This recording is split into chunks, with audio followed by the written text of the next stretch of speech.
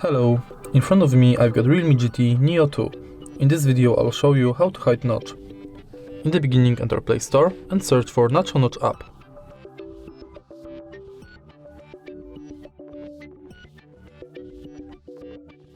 Install this app.